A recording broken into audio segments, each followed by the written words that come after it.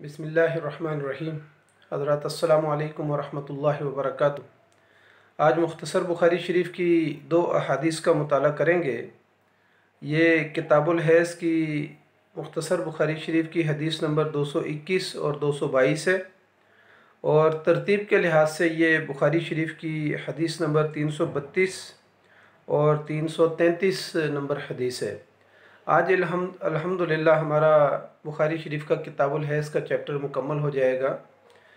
इन दोनों अहादीस में नबी अकरम सल्लल्लाहु अलैहि वसल्लम ने ये बताया है।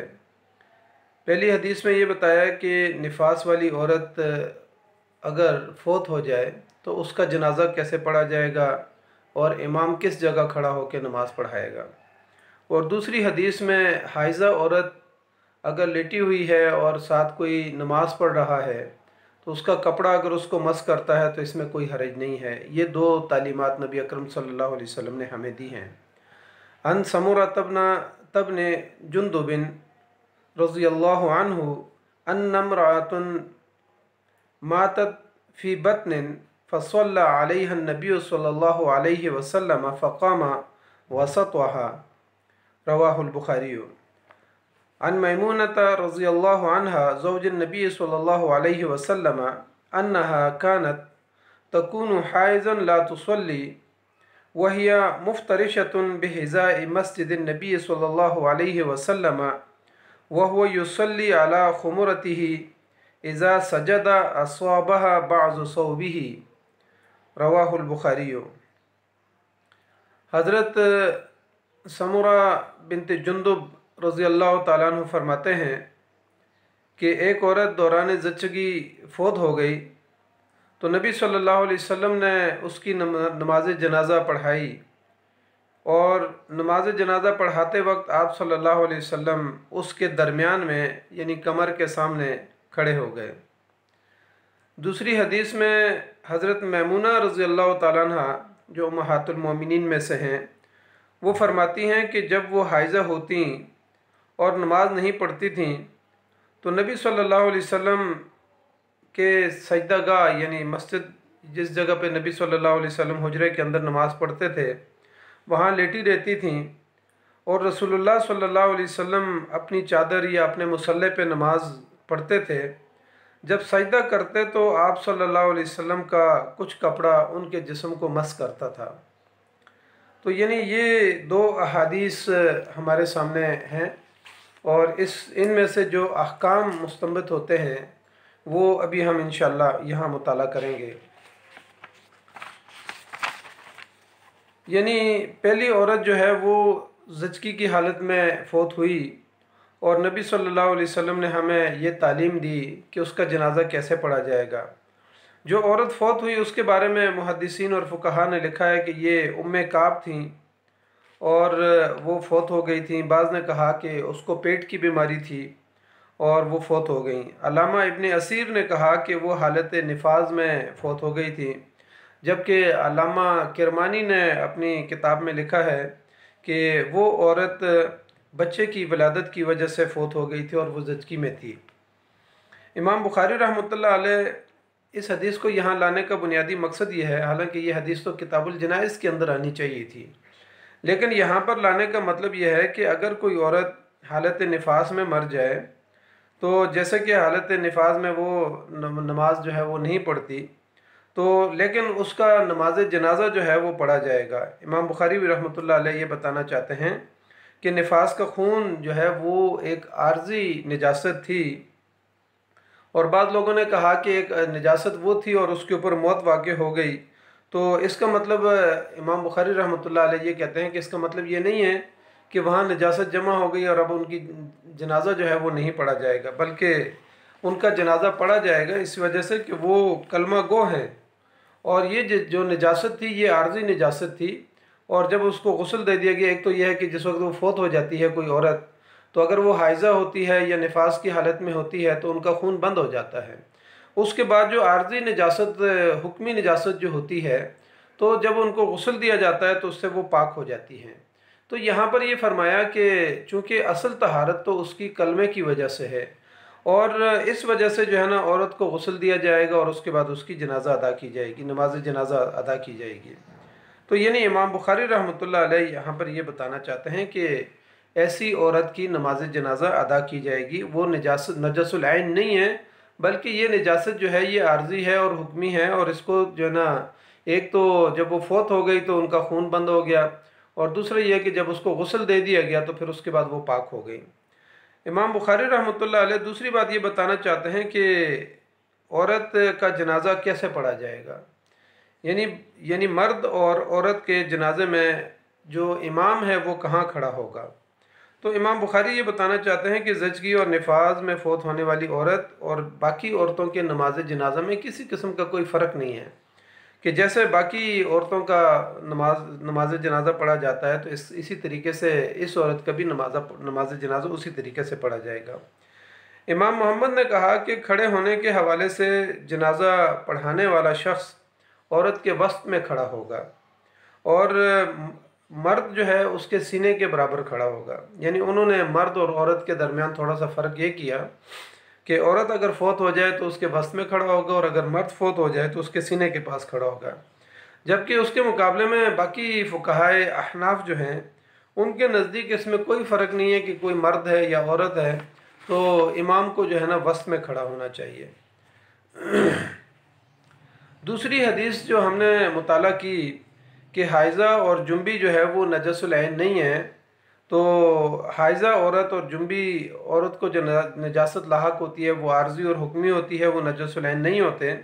اگر وہ نجس العین ہوتے تو پھر نبی صلی اللہ علیہ وسلم کا کپڑا، یعنی امہات المومنین اس سے ان کے علاوہ بھی جو ہے نا وہ لیٹی رہتی تھیں اور کپڑا ان کو مس کرتا تھا، یا جسم جب وہ نماز پڑھتے تھے تو جسم کے ساتھ بھی جو ہے نا نبی صلی اللہ علیہ وسلم کا جسم مس کر جاتا تھا۔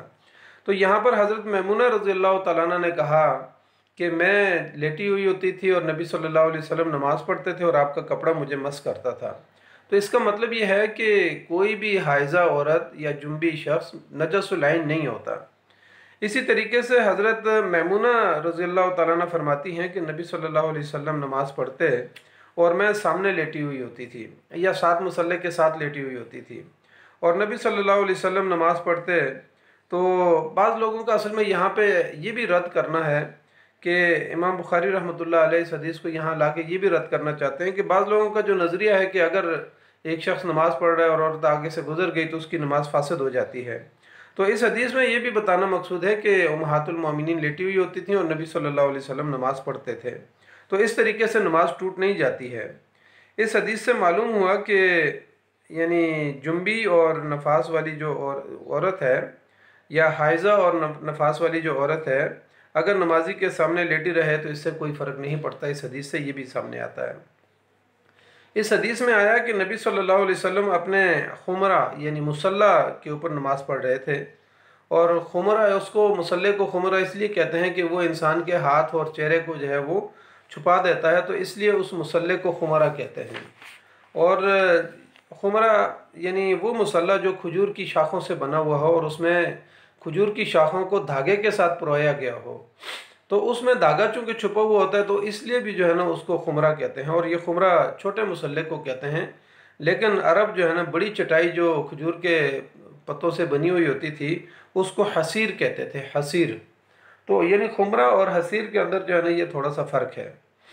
نبی صلی اللہ علیہ وسلم کھجور کی چٹائی کے اوپر نماز پڑھ رہے تھے، لیکن عام عرب دنیا کے اندر ہم دیکھتے ہیں کہ آج کھجور کی چٹائیوں کا رواج تو ختم ہو گیا ہے، دور دراز علاقوں میں دیہاتوں میں تو چٹائیاں استعمال ہوتی ہیں، لیکن عمومی طور پر معاشرے کے اندر قالین کے اوپر اور خوبصورت قالینوں کے اوپر نماز پڑھی جاتی ہے۔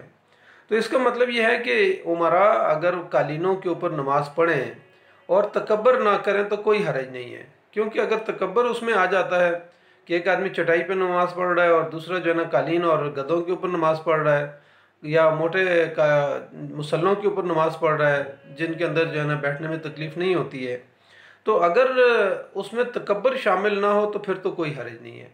لیکن اگر اس میں تکبر شامل ہو گیا تو پھر ایسی چیزوں کا استعمال کرنے سے منع کیا گیا ہے۔ اگر کسی شخص میں تکبر آ گیا اور وہ اللہ تکبر ہے تو وہ اللہ کی نعمتوں کے استعمال کرتے ہوئے بھی جو ہے نا اپنے لیے وبال جان جمع کر رہا ہے۔ لیکن اگر انسان تکبر نہ کرے تو اللہ کی تمام نعمتوں کو، ہر اچھی سے اچھی چیز کو وہ استعمال کر سکتا ہے۔ हज़रत उमर रज़ी अल्लाह ताला अन्हु ने फरमाया कि जब तुम्हें अल्लाह ने वुसअत दी है तो वो वुसअत तुम्हारे इख्तियार में है, और वुसअत इख्तियार करो वो नज़र भी आनी चाहिए। यानी उसमें तकब्बर नहीं होना चाहिए, लेकिन वुसअत अगर अल्लाह ताला ने माल और दौलत इंसान को दिया है तो उस माल और दौलत के असरात जो है ना इंसान के जिस्म के ऊपर और उसके रहन सहन के अंदर वो नज़र भी आने चाहिए। लेकिन अगर इन अशिया को इस्तेमाल करते हुए ज़रा बराबर भी तकब्बर आ जाए तो फिर तकब्बर जो है ना, मुतकब्बिर के बारे में ये कहा गया है कि वो जन्नत में दाखिल नहीं होगा। यानी ज़रा सा भी अगर तकब्बर आ जाता है तो फिर ऐसा मुतकब्बिर शख्स, चूँकि वो अपने माल की वजह से, अपने घर की वजह से, अपनी गाड़ी की वजह से अगर वो तकब्बर कर रहा होगा तो ऐसे मुतकब्बिर के बारे में आता है कि वो जन्नत की खुशबू भी नहीं सूंघेगा और जन्नत के अंदर दाखिल भी नहीं हो सकेगा। हज़रत अब्दुल्ला बिन मसूद रज़ी अल्लाह तआला अन्हु बयान करते हैं कि नबी सल्लल्लाहु अलैहि वसल्लम ने फरमाया कि जिसके दिल में ज़रा बराबर भी तकब्बर होगा वो जन्नत में दाखिल नहीं होगा। एक आदमी ने फरमाया कि अल्लाह के रसूल सल्लल्लाहु अलैहि वसल्लम, आदमी पसंद करता है कि उसके कपड़े अच्छे हों और उसकी जूती अच्छी हो। तो फिर नबी सल्लल्लाहु अलैहि वसल्लम ने फरमाया कि अल्लाह जमीलुन व युहिब्बुल जमाल, कि अल्लाह खूबसूरत है और जमील है और वो जमाल को पसंद भी करता है। तो फरमाया कि दरअसल तकब्बर जो है वो हक़ का इनकार है। यानी तकब्बर का मतलब यह है कि वो इंसान को रोक देता है, वो हक़ का इनकार करता है और इसी तरीके से दूसरे इंसानों को जलील और हकीर समझता है। ये है तकब्बर।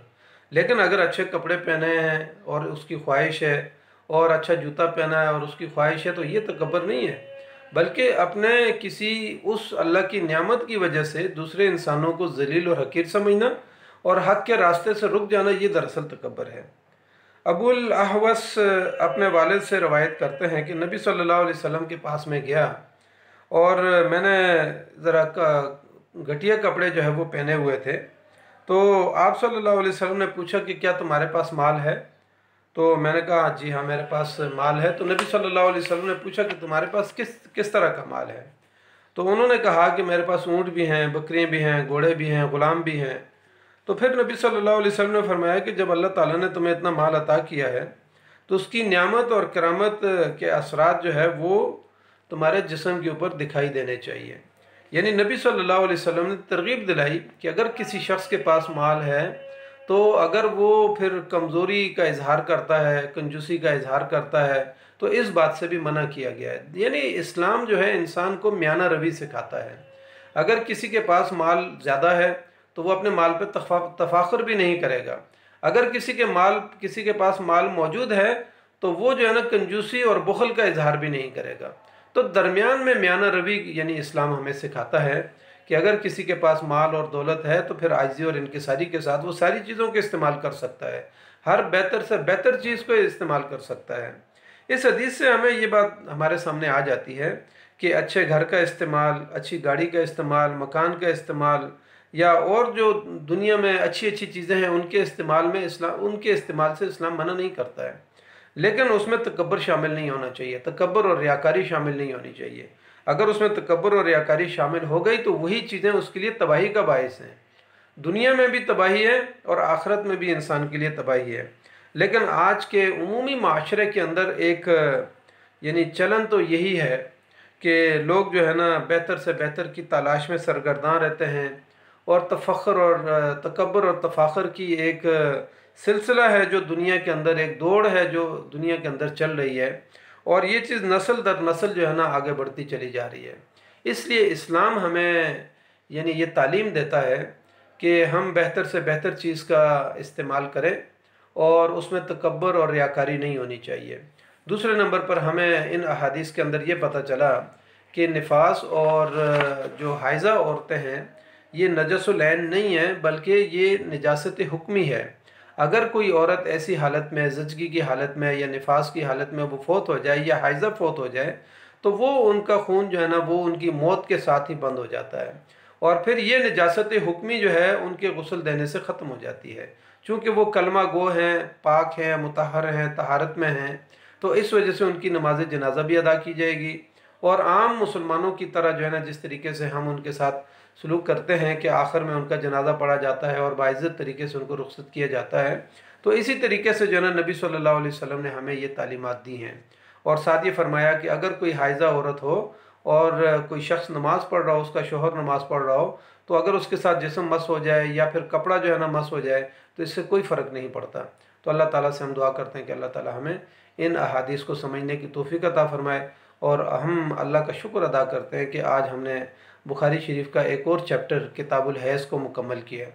इंशाअल्लाह आगे जो है ना हम बाकी जो अबवाब हैं उनका जो है ना मुख्तलिफ़ जो किताबें हैं हम उनका मुताला करेंगे।